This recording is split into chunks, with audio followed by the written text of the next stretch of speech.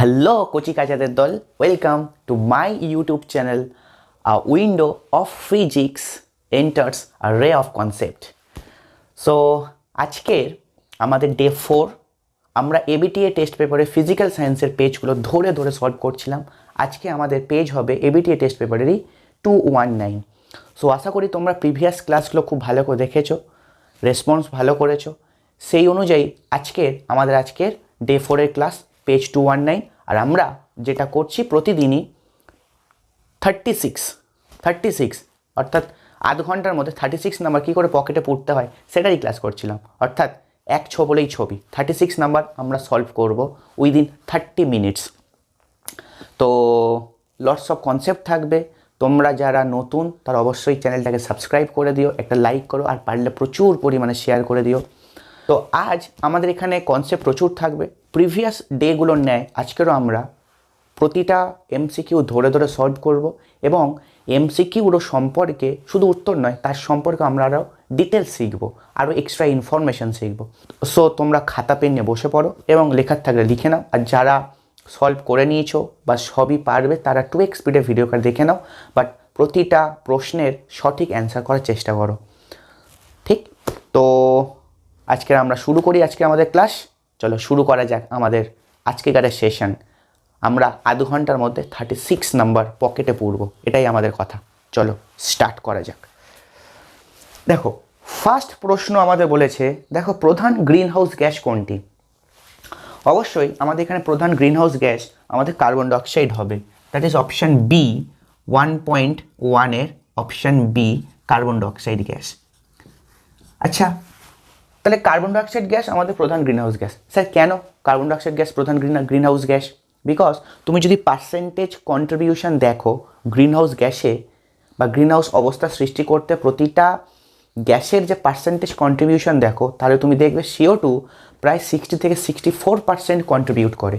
অর্থাৎ CO2 পার্সেন্টেজের নিরিখে সব থেকে ওপরে। তারপরে আমাদের অপশানগুলোর মধ্যে বা নর্মালি যা হয় সেটা হলো আমাদের CH4, তারপরে আমাদের আসছে CFC, দেন আমাদের আসবে nitrous oxide, that is N2O।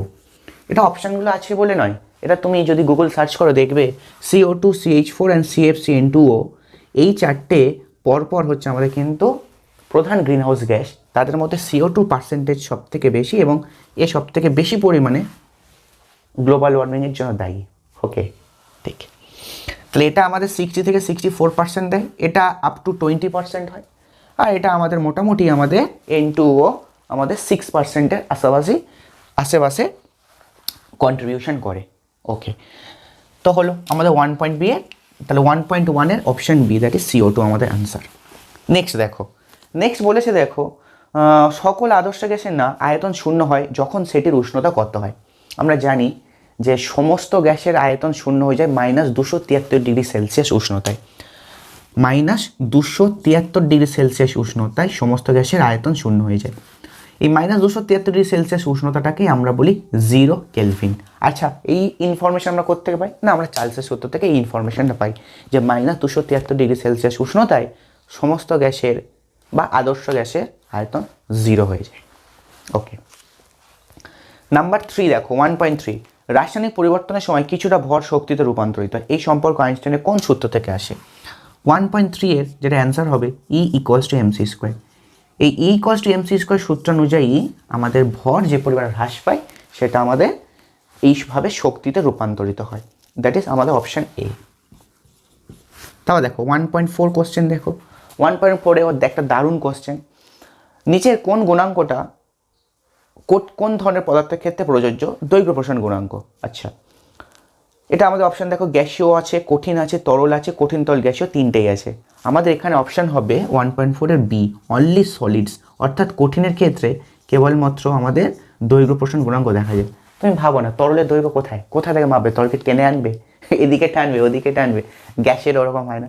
তাহলে তরল গ্যাসের কেবলমাত্র আয়তন প্রসারণ গুণাঙ্ক থাকে, কিন্তু আমরা কঠিনের ক্ষেত্রে দৈর্ঘ্য পাই, ক্ষেত্র প্রসারণ পাই এবং ভলিউম প্রসারণ, দ্যাট ইজ আয়তন প্রসারণ গুণাঙ্ক পাই। ঠিক, চলো আমাদের পরের কোশ্চেন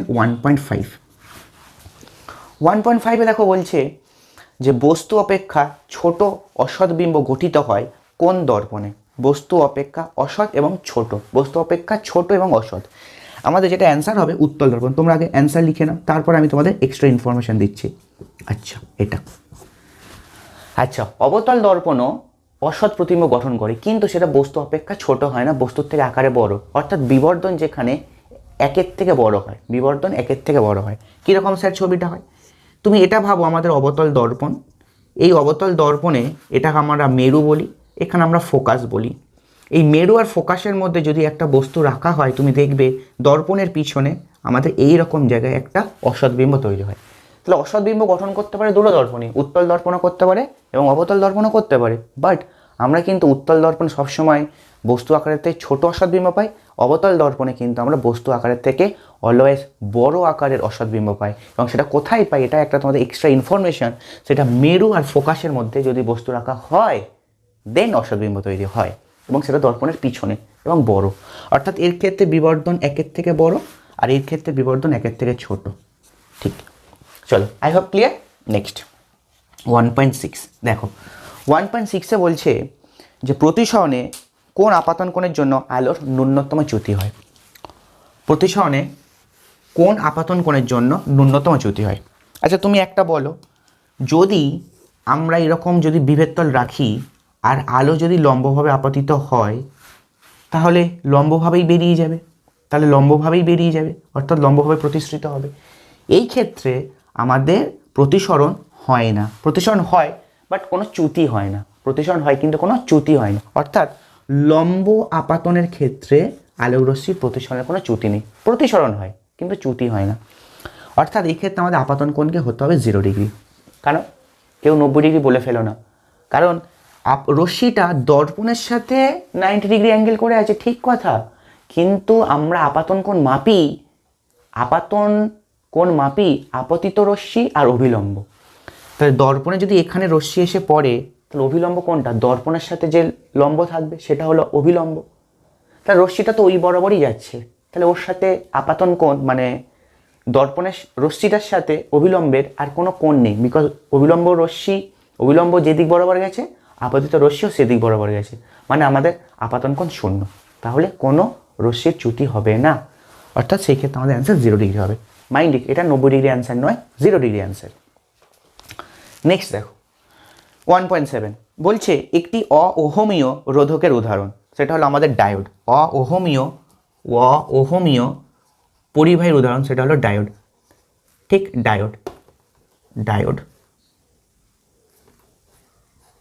ডায়োড ওহো কি লিখছি, অওহমীয় পরিবাহীর উদাহরণ হলো আমাদের ডায়োড। স্যার যদি এরম বলতো তার মানে ওহমস ল মেনে চলে না, তাহলেও কিন্তু আমরা ডায়োড লিখতাম। তার মানে অওহমীয় পরিবাহী না থেকে যদি এরম প্রশ্ন বলতো স্যার যে ওহমস ল মেনে চলে না নিম্নের মধ্যে কোনটি, যদি ডায়োড অপশান থাকতো তাহলে ডায়োড লিখতাম। এখানেও আমরা আরও একটা দুটো এক্সাম্পল শিখব, যে সিলিকন, জার্মেনিয়াম এগুলো হচ্ছে আমাদের অর্ধ পরিবারের এক্সাম্পল। আর সিলিকন ডায়োড, সিলিকন জার্মেনিয়াম এইগুলো দিয়ে ডায়োড তৈরি হয়। তার মানে ডায়োডও যদি অওহমীয় পরিবাহী হয়, তাহলে সিলিকন জার্মেনিয়ামও এইগুলো কিন্তু অওহমীয় মৌলের কিন্তু এক্সাম্পল। ঠিক, তাহলে এইগুলো আমাদের কিন্তু এক্সট্রা ইনফরমেশান, তোমরা পারলে খুব দ্রুত লিখে নাও, অর্থাৎ বা ভিডিও পজ করে তোমরা লিখে নেবে। ওকে, এবার দেখো 1.8 আমাদের বলেছে ফিউজ তার যুক্ত থাকে কিভাবে বা কার সাথে, কোথায়? ফিউজ তার যুক্ত থাকে লাইফ তারের সাথে, এবং ফিউজ তার বর্তনীর সাথে কিভাবে থাকে না শ্রেণী সমবায়ে থাকে। ফিউজ তার যুক্ত থাকে লাইফ তারের সাথে। তোমরা আগের পেজটা যদি দেখো 169 পেজ, সেখানে ছিল আমরা শিখেছি যে ফিউজ তার শ্রেণী সমবায়ে যুক্ত থাকে, কিন্তু বলেনি কার সাথে যুক্ত থাকে, কিন্তু এখানে দিয়েছে উল্টোটা, ফিউজ তার কার সাথে যুক্ত থাকে, লাইফ তার। এক্সট্রা ইনফরমেশন কি না ফিউজ তার বর্তনীর শ্রেণী সমবায়ে থাকে। গুড, চলো 1.9 কথা বলছে ক্যান্সার চিকিৎসায় ব্যবহৃত হয় কে না, ক্যান্সার চিকিৎসায় ব্যবহৃত হয় তেজস্ক্রিয় কোবাল্ট। তেজস্ক্রিয় কোবাল্ট, তেজস্ক্রিয় কোবাল্ট ক্যান্সার চিকিৎসায় ব্যবহৃত হয়, দ্যাট ইজ CO। চলো 1.10 দেখো বলছি আমাদের যে 2 নম্বর পর্যায়ে তীব্র জারণধর্মী মৌল, 2 নম্বর পর্যায়ে তীব্র জারণধর্মী মৌল, 2 নম্বর পর্যায়ে তীব্র জারণধর্মী মৌল। তুমি যে অপশানগুলো আছে তার মধ্যে খেয়াল করো, এর মধ্যে ব্রোমিন, Br আর U ইউরেনিয়াম, এরা কিন্তু 2 নম্বর পর্যায়ের অন্তর্গত নয়। 2 নম্বর পর্যায়ের অন্তর্গত দুটো মৌল আছে, সেটা তোমাদের as per option oxygen and fluorine. এবারে পর্যায় সারণী যত বাম দিক থেকে ডান দিকে যাওয়া যায়, জারণ ধর্ম তত আস্তে আস্তে বাড়তে থাকে। তাহলে অক্সিজেনের থেকে ডান দিকে আছে আমাদের ফ্লোরিন। ফ্লোরিন হলো গ্রুপ 17 মৌল। এই গ্রুপ 17 মৌলের ফ্লোরিনেরই কিন্তু আমাদের সর্বাধিক জারণ ক্ষমতা দেখা যায়। ঠিক সর্বাধিক জারণ ক্ষমতা দেখা যায় ফ্লোরিনের। তাহলে 1.10 আমাদের অপশন বা অ্যান্সার। এবার দেখো 1.11, নিচের কোন যৌগটির ক্ষেত্রে অষ্টক নীতি মেনে চলে না? আচ্ছা স্যার, অষ্টক নীতি কি যদি প্রশ্ন থাকে? না, অষ্টক নীতি হলো যখন আমাদের বন্ডিং তৈরি হবে, যখন আমাদের কেমিক্যাল বন্ডিং তৈরি হবে, রাসায়নিক বন্ধন তৈরি হবে, তখন যদি তাদের বাইরের কক্ষে ইলেকট্রন 8টা থাকে তাহলে তারা অষ্টক নীতি মেনে চলছে। ঠিক আছে, বাইরের কক্ষে যদি 8টি ইলেকট্রন থাকে তাহলে অষ্টক নীতি। তাহলে অষ্টক হতে গেলে বাইরের কক্ষে 8টি ইলেকট্রন থাকতে হবে, তেমন অ্যাটলিস্ট মৌলটার ইলেকট্রনের সংখ্যা হতে হবে 8-এর বেশি। Got it? এটা সামান্য কনসেপ্ট জানলেই অঙ্কটা করে দেওয়া যাবে, অ্যান্সার করে দেওয়া যাবে, হিউজ কিছু জানতে হবে না। তাহলে অষ্টক নীতি মানে হলে বাইরের কক্ষে 8টি ইলেকট্রন থাকবে, তারপর তার ইলেকট্রনের সংখ্যা 8-এর বেশি হতে হবে। ঠিক, এবার দেখো তুমি যে অপশান দেখছো ফার্স্টে LiH লিথিয়াম হাইড্রাইড, মানে প্রথমে আছে KCl potassium chloride, lithium hydride, calcium oxide, CuO cupric oxide. LiH এটা অষ্টক নীতি মেনে চলে না, এটাই তোমাদের আনসার। বিকজ লিথিয়ামের পারমাণবিক সংখ্যা 3.37 করা হয়, আর এইচের তো তুমি জানো 1H1, তাহলে এরও ইলেকট্রন একটা, বিকজ এর প্রোটন সংখ্যা একটা মানে ইলেকট্রনও একটা, এরও ইলেকট্রন 3টে, বিকজ প্রোটন সংখ্যা 3টে। তাহলে এরা কী করে অষ্টক নীতি মানতে পারে? ঠিক, কিন্তু তোমাদের একটা হেল্পের জন্য আমি বলে দিতে পারি, ধরো ক্যালসিয়াম অক্সাইড এ কী করে অষ্টক নীতি মেনে চলে। দেখো ক্যালসিয়াম অক্সাইড, আমি একটু অক্সিজেনটাকে ছাড় করে লিখলাম। ক্যালসিয়ামের স্ট্রাকচার 2-8-8-2, ক্যালসিয়ামের 20খানা ইলেকট্রন থাকে, অক্সিজেনের থাকে 16খানা, তাহলে স্ট্রাকচার 2-8-6, 2-8-6। তাহলে এ যদি দুটো ছেড়ে দেয়, নিয়ে এখানে যদি চলে যায়, তাহলেই আমাদের রাসায়নিক বন্ধনের মধ্যে তড়িৎযোজী বন্ধন তারা করতে পারে। এবার বিকজ ক্যালসিয়াম আছে, ক্যালসিয়াম ধাতুরা তো তড়িৎযোজী বন্ধন করে। তাহলে এই দুটো ইলেকট্রন যদি ছেড়ে দেয় তাহলে এখানে চলে যাবে। এ দুটো নিলে হয়ে যাচ্ছে 8টা, আর এ দুটো ছেড়ে দিলে হয়ে যাচ্ছে 8টা। তাহলে দেখো বাইরের কক্ষে 8টা, ওরও বাইরের কক্ষে 8টা, দ্যাট ইজ অষ্টক নীতি মেনে চলছে। তার মানে লিথিয়াম হাইড্রাইড অষ্টক নীতি মেনে চলে না, বিকজ ইলেকট্রনের সংখ্যাই তো 8 নেই, তাহলে হবে কী করে? ওকে, তারপর দেখো নেক্সট দেখো বলছে 1.11 তো হলো, 1.12 গলিত বা জলে দ্রবীভূত তড়িৎ বিশ্লেষ্য পদার্থের মধ্যে তড়িৎ পরিবহন করে কারা? তড়িৎ পরিবহন করে আয়ন্সরা।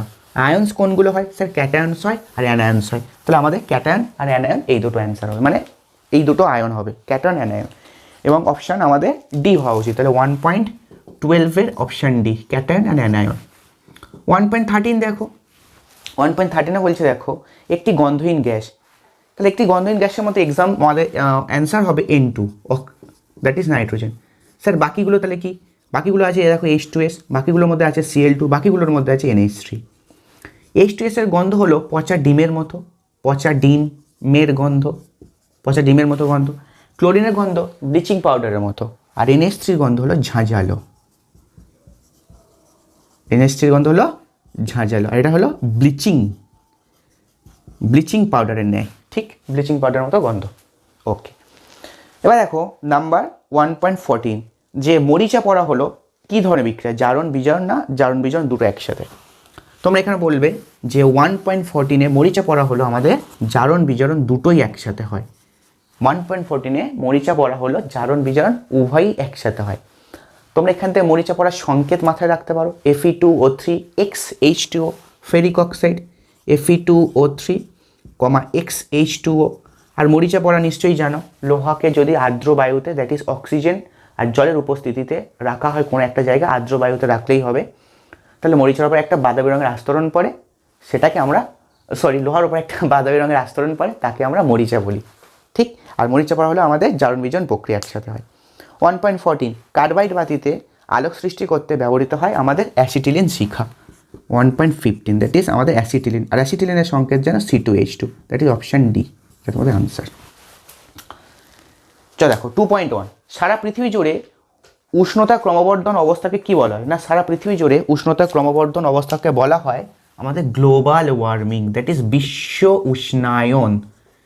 বিশ্ব উষ্ণায়ন, বিশ্ব উষ্ণায়ন, গ্লোবাল ওয়ার্মিং। দেখো 2.2 জীবাশ্ম জ্বালানিতে কোন ধরনের শক্তি সঞ্চিত থাকে? না, জীবাশ্ম জ্বালানিতে আমাদের রাসায়নিক শক্তি সঞ্চিত থাকে। জীবাশ্ম জ্বালানিতে এটা ছিল, এটা কি শক্তি সঞ্চিত থাকে? না রাসায়নিক শক্তি। জীবাশ্ম জ্বালানিতে স্যার কি শক্তি থাকে? না রাসায়নিক শক্তি থাকে। তারপর দেখো 2.2তে বলছে যে সৌর, আচ্ছা এটা 2.2 ছিল অ্যাকচুয়ালি জীবাশ্ম জ্বালানিতে। আচ্ছা 2.1-এ আমরা লিখিনি, 2.1-এ ছিল আমাদের বিশ্বজুড়ে ক্রমবর্ধমান অবস্থাকে কী বলা হয়, এটা ছিল আমাদের 2.2, সরি এটা ছিল আমাদের 2.2 রাসায়নিক শক্তি। আর এর অথবা কি দেখো সৌরকোষের শক্তির কী রূপান্তর হয়? না সৌরকোষের শক্তির আলোক শক্তি তড়িৎ শক্তিতে রূপান্তরিত হয়। আলোক শক্তি থেকে আমাদের তড়িৎ শক্তিতে রূপান্তর হয়। সৌরকোষ যেন সৌর ব্যাটারি বলা হয়, সোলার প্যানেল, তাহলে আলোক শক্তি থেকে তড়িৎ শক্তিতে রূপান্তরিত হয়। আলো, সূর্যের আলোটা কনভার্ট হয় তড়িৎ শক্তিতে। ওকে 2.3 দেখো 27 ডিগ্রি সি উষ্ণতা পরম স্কেলে কত হবে? 2.3 27 ডিগ্রি সেলসিয়াস উষ্ণতা। না তোমরা জানো যে 0 কেলভিন মানে -273 ডিগ্রি সেলসিয়াস, ঠিক? তাহলে 27 ডিগ্রি সি তুমি বার করতে পারবে 27 ডিগ্রি সি প্লাস 273, এটা করলেই আসবে তোমাদের 300 kelvin. 0 kelvin actually 27 degree celsius মানে আমাদের 300 কেলভিন। ওকে তারপর দেখো আমাদের 2.4 আদর্শ গ্যাসের সমীকরণ লেখো। 2.4-এ আদর্শ গ্যাসের সমীকরণ আমাদের লিখব পিভি সমান এনআরটি, এবং তোমরা পাশে মেনশন করবে এন মোল আদর্শ গ্যাসের সমীকরণ হলো পিভি সমান এনআরটি। এন মোল আদর্শ গ্যাসের সমীকরণ হলো পিভি সমান এনআরটি, এইভাবে লিখবে। তাহলে দেখো 2.5 এসআই পদ্ধতিতে যে কোনো প্রসারণ গুণাঙ্কের একক কী হবে? না এসআই পদ্ধতি তোমরা জানো যে কোনো প্রসারণ গুণাঙ্ক, সে কঠিন হোক, তরল হোক বা গ্যাসের হোক, যে কোনো প্রসারণ গুণাঙ্ক মানেই হলো তার একক 1/, উষ্ণতার একক হয়। এবার এসআই পদ্ধতিতে বলেছে, তার মানে এর একক হওয়া উচিত কেলভিন ইনভার্স, ঠিক? এসআই পদ্ধতিতে যে কোনো প্রসারণ গুণাঙ্কের একক হলো কেলভিন ইনভার্স। আচ্ছা নেক্সট দেখো 2.5-এর অথবা বলেছে পাত্রের প্রসারণ বেশি হলে তরলের প্রকৃত প্রসারণ বাড়বে না কমবে? আচ্ছা দেখো এখানে কি হয়, তোমরাই জাস্টিফাই করো কি হওয়া উচিত। যে এটা যে আমাদের রিলেশন পাত্রের প্রসারণ গামা এস আর গামা অ্যাপারেন্ট, অর্থাৎ তরলের আপাত প্রসারণ পাত্রের প্রসারণ প্লাস মানে সমান সমান আমাদের হচ্ছে কি তরলের প্রকৃত প্রসারণ। আর আমরা এটা জানি যে তরলের প্রকৃত প্রসারণ তরলের একমাত্র নিজস্ব ধর্ম হয়, এটা তার নিজস্ব ধর্ম। কেন বলা হয় সেটা থেকে তুমি অ্যান্সারটা করে দিতে পারবে। আমি তোমাকে একটু এক্সপ্লেন করার চেষ্টা করছি। দেখো যে ধরো এটা আমাদের সাপোজ 10, এটা হচ্ছে ধরো আমাদের তাহলে ধরো 4, এটা +6, তাহলে 4 + 6 করে আমাদের 10 এসছে। এই গামা আরটা হলো আমাদের তরলের প্রকৃত প্রসারণ, যেটা একটা নির্দিষ্ট থাকে এবং অপরিবর্তিত থাকে। এটা বিকজ এটা হলো তরলের একান্ত নিজস্ব ধর্ম। আর পাত্রের প্রসারণ হোক বা পাত্রের সংকোচন হোক, তাহলে এর ওপর ডিপেন্ড সে করে না। কিভাবে করে না? এইভাবে দেখো এটা 10, 4 + 6 আছে। যদি পাত্রের প্রসারণ বেশি হয় তাহলে ধরো এই 4 থেকে বেড়ে 7 হয়ে গেল, তাহলে অবভিয়াসলি তখন আপাত প্রসারণ নিজে 6 থেকে কমে 3-এ অ্যাডজাস্ট হবে, যাতে এটাকে 10 সে রাখতে পারে, যাতে এটাকে সে 10 রাখতে পারে। তার মানে তুমি এখান থেকে একটা শিখলে আপাত প্রসারণ বাড়তে পারে কমতে পারে, সেটা নির্ভর করে আছে পাত্রের প্রসারণের উপরে, কিন্তু তবে প্রকৃত প্রসারণ কারোর ওপরই নির্ভর করে নেই। ও নিজে একটা ফিক্সড ভ্যালু, ওর ভ্যালু হলো 10 যদি ধরে নাও, তাহলে ও 7 + 3, 4 + 6 এইভাবে আসতে পারে।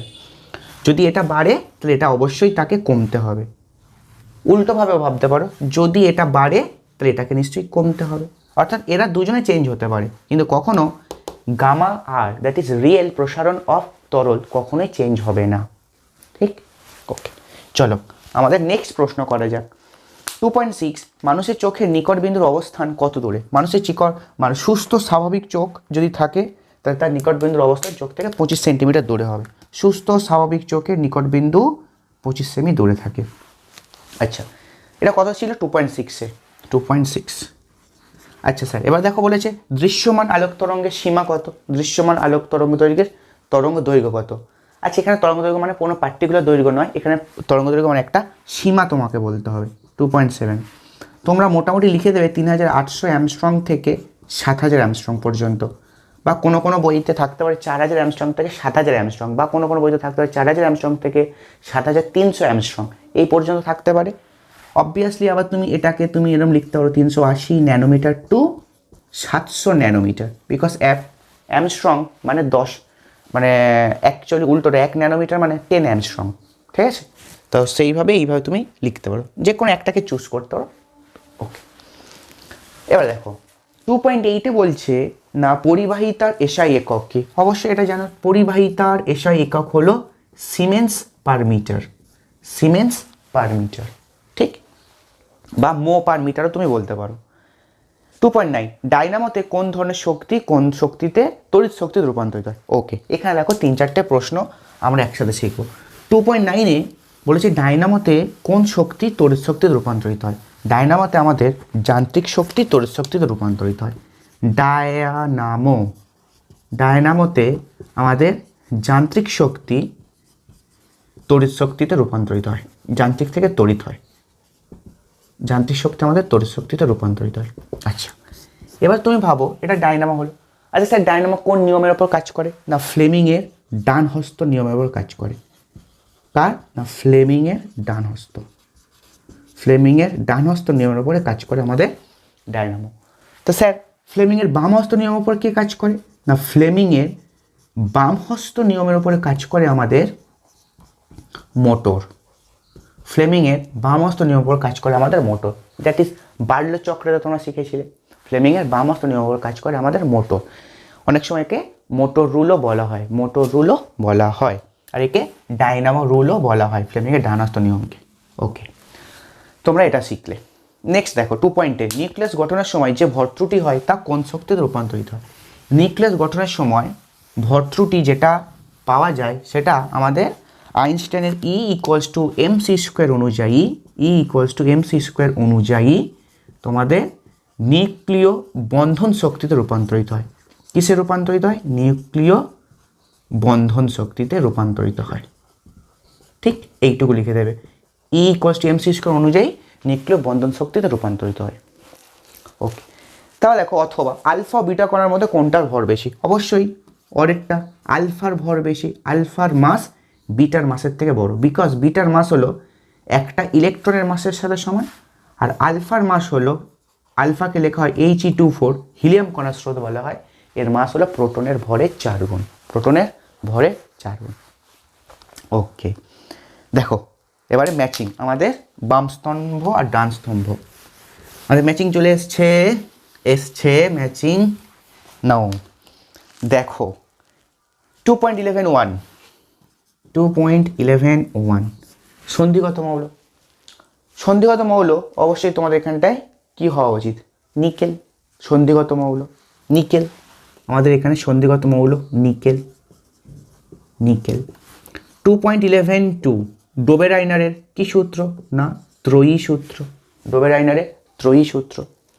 হেমাটাইট থেকে নিষ্কাশিত হয় নিশ্চয়ই আয়রন হবে, তাই 2.11-3 হেমাটাইট থেকে নিষ্কাশিত করা হয়, দ্যাট ইজ আয়রন, আয়রন।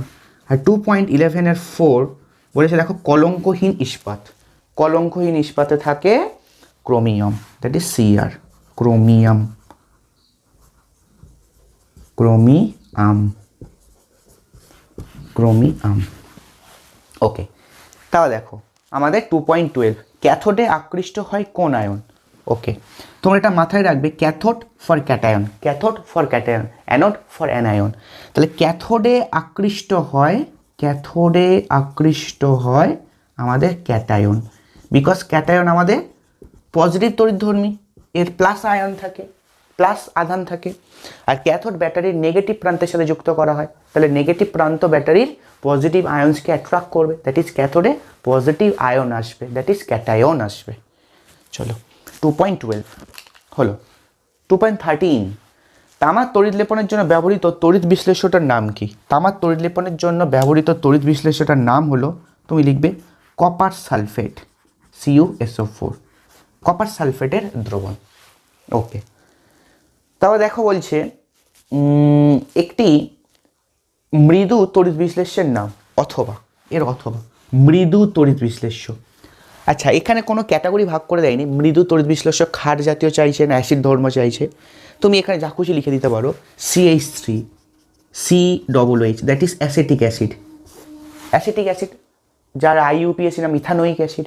ওকে, তো এই CH3COOH এটা একটা জৈব অ্যাসিড, আর জৈব অ্যাসিডরাই আমাদের কিন্তু মৃদু তড়িৎ বিশ্লেষ্য হয়, ঠিক। অপরপক্ষে অজৈব অ্যাসিড H2SO4 HNO3 এগুলো কিন্তু স্ট্রং তড়িৎ বিশ্লেষ্য পদার্থ, এগুলো মৃদু হয় না, ঠিক। যদি এর সাথে আমাদের ক্ষার জানতে চাইতো তাহলে তুমি একটা লিখে দিতে পারতে NH4OH অ্যামোনিয়াম হাইড্রোক্সাইড, এটাও একটা কিন্তু আমাদের মৃদু তড়িৎ বিশ্লেষ্য। আরও একটা নাম লিখতে পারে তুমি HCOOH, এটাও একটা জৈব অ্যাসিড এবং জৈব অ্যাসিডের মধ্যে এটাকে ফর্মিক অ্যাসিড বলা হয়, তাহলে এটাও কিন্তু আমাদের একটা মৃদু তড়িৎ বিশ্লেষ্য পদার্থ। ওকে, তো এবার 2.14 দেখো, নাইট্রোজেন অণুতে কয়টি নিঃসঙ্গ ইলেকট্রন জোড় থাকে? নাইট্রোজেন অণুতে বলেছে, নাইট্রোজেন অণুতে কয়টি নিঃসঙ্গ ইলেকট্রন জোড় থাকে, দেখো কি হবে।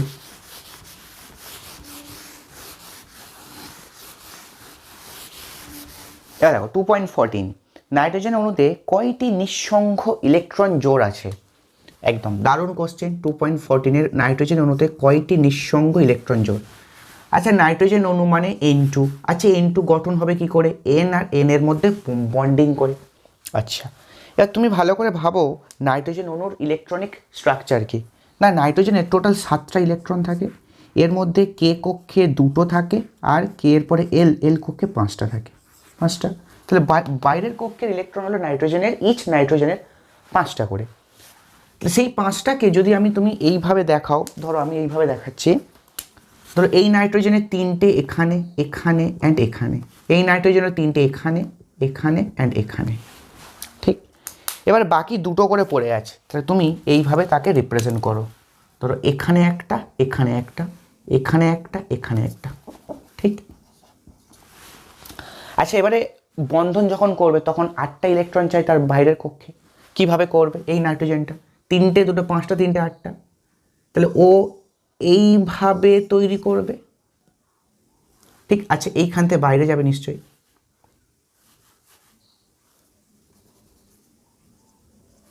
ঠিক। আর এই নাইট্রোজেনটার আমাদের এইভাবে হবে, এই হলো 8টা। তার মানে নাইট্রোজেন এখানে একটা ট্রিপল বন্ড করবে এনের সাথে, 3টে বন্ডিং তৈরি করছে এখানটায়, ঠিক। তাহলে এই দুটো ইলেকট্রন আমাদের কিন্তু কোনো জোড় গঠন করেনি, তাহলে এইটা আমাদের নিঃসঙ্গ ইলেকট্রন জোড়, এটাও একটা আমাদের নিঃসঙ্গ ইলেকট্রন জোড়, তাহলে টোটাল 2টি আমাদের নিঃসঙ্গ ইলেকট্রন জোড় আছে একটা নাইট্রোজেন অণুতে। Got it? চলো নাম্বার 2.15 দেখো। আচ্ছা, 2.15 তোমাদের এই কোশ্চেনের অ্যান্সার কিন্তু তোমাদের এই টেস্ট পেপারের এই পেজেই দেওয়া আছে, সেটা দেখো 4.11 কোশ্চেন। 2.15 যে কোশ্চেনটা আছে না, সেটা তুমি 4.11 দেখো, H2S গ্যাসকে শুষ্ক করতে P2O5 ব্যবহার করা হয় কেন? আর 2.15 জানতে চাইছে hydrogen sulphate that is H2S gas শুষ্ক করতে কি ব্যবহার করা হয়? তাহলে তুমি অ্যান্সার লিখে দেবে obviously P2O5, phosphorus pentoxide, phosphorus pentoxide P2O5। আচ্ছা, 2.16 দেখো। আচ্ছা, এর সাথে অর আছে একদম। স্মেলিং সল্ট প্রস্তুত করতে কোন গ্যাস ব্যবহার করা হয়? স্মেলিং সল্ট প্রস্তুত করতে আমরা অ্যামোনিয়া গ্যাস ব্যবহার করি। স্মেলিং সল্ট প্রস্তুত করতে আমরা অ্যামোনিয়া গ্যাস ব্যবহার করে থাকি। চলো 2.16, ওলিয়ামের সংকেত কি? না, ওলিয়ামের সংকেত হলো আমাদের অবভিয়াসলি আমরা জানি H2H2O7, this is the formula of oleum. Okay, H2H2O7, খুব ইজি। নেক্সট দেখো, ইথিলিনের পলিমারের নাম কি? ইথিলিনের পলিমারের নাম হলো পলিইথিলিন। ইথিলিনের পলিমারের নাম হলো পলিইথিলিন। স্যার কি শিখবো এক্সট্রা? না, ইথিলিনের সংকেত শিখতে পারি C2H4। আচ্ছা, C2H4 ইথিলিন, ইথিলিন হলো অ্যালকিন গ্রুপের সরলতম মৌল, অ্যালকিন গ্রুপের সরলতম মৌল, কারণ এখানে এনের পাওয়ার 2 হয়, মানে এনের ভ্যালু 2, 1 হয় না। এনের ভ্যালু 1 কখন হয়? অ্যালকেনে হয়, অ্যালকাইনেও হয় না, অ্যালকিনেও হয় না, ঠিক। এবার দেখো 2.18, অ্যাসিটিক অ্যাসিডের একটি ব্যবহার উল্লেখ করো। অ্যাসিটিক অ্যাসিড তো অনেকগুলো ব্যবহার আছে, মেডিকেল ফিল্ডে ইউজ করে, ওষুধ তৈরিতে লাগে, রান্নার কাজে ভিনিগার হিসাবে ব্যবহৃত হয়। মাংস খাও, মাংস ভিনিগার দিয়ে ভিজিয়ে রাখা হয় বাড়িতে, ভিনিগার অ্যাসিটিক অ্যাসিড, তাহলে রান্না বান্নার কাজে লাগে। এই যে চলে আসছে সরলতম অ্যালকিন, বলতে বলতে 2.18 আমাদের অর, 2.18 অর। তো সরলতম অ্যালকিন অবশ্যই আমাদের ইথিলিন হবে বা ইথিন হবে, C2H4। তোমরা এখানে একটু এক্সট্রা শিখে নাও, অ্যালকেন আমাদের অ্যালকিন আর অ্যালকাইন এই তিনটে নিশ্চয়ই আমাদের জৈব যৌগের শ্রেণীবিভাগ, ঠিক?